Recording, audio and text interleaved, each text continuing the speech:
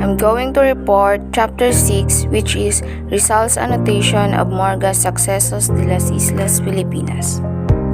The book of Morga's Sucesos de las Islas, Filipinas of the historical events of the Philippine island was published in Mexico in 1609 to provide European readers information about the Philippines. The book documented events during Spanish colonial period in the Philippines as observed by the author himself.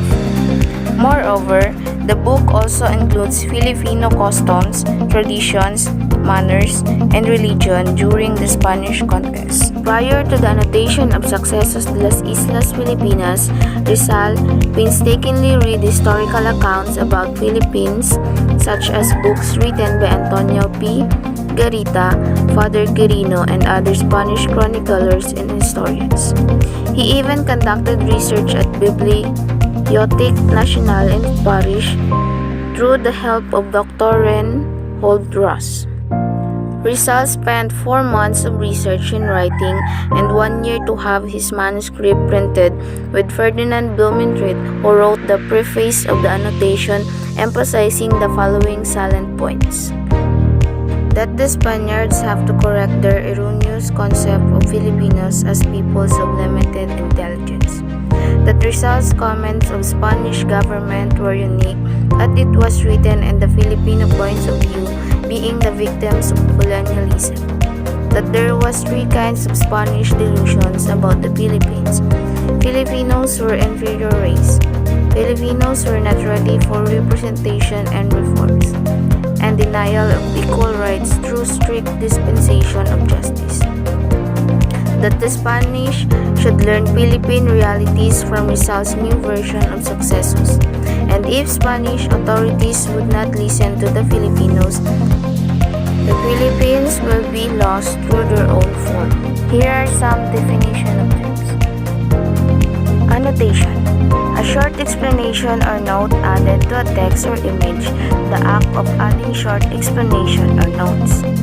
Las Islas Filipinas.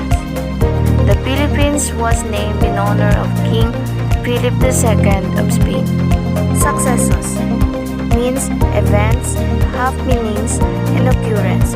It is the work of an honest observer, a versatile bureaucrat who knew the workings of the administration from the inside. The annotation of Rizal consisted of 8 chapters, in which the first 7 chapters deal with the events of the first 11 governor-generals of the Philippines, starting from Legazpi to Acuña. The last chapter focused on customs and usage of Filipinos. His notes were 3 categories, namely anti-clerical, sociological, and historical. The following are the 3 main positions in Rizal's new edition of Morga's Sucesos. That the Filipinos had their own culture and civilization before the coming of the Spaniards. That the Filipinos are disseminated, demoralized, exploited, and ruined by the Spanish colonization.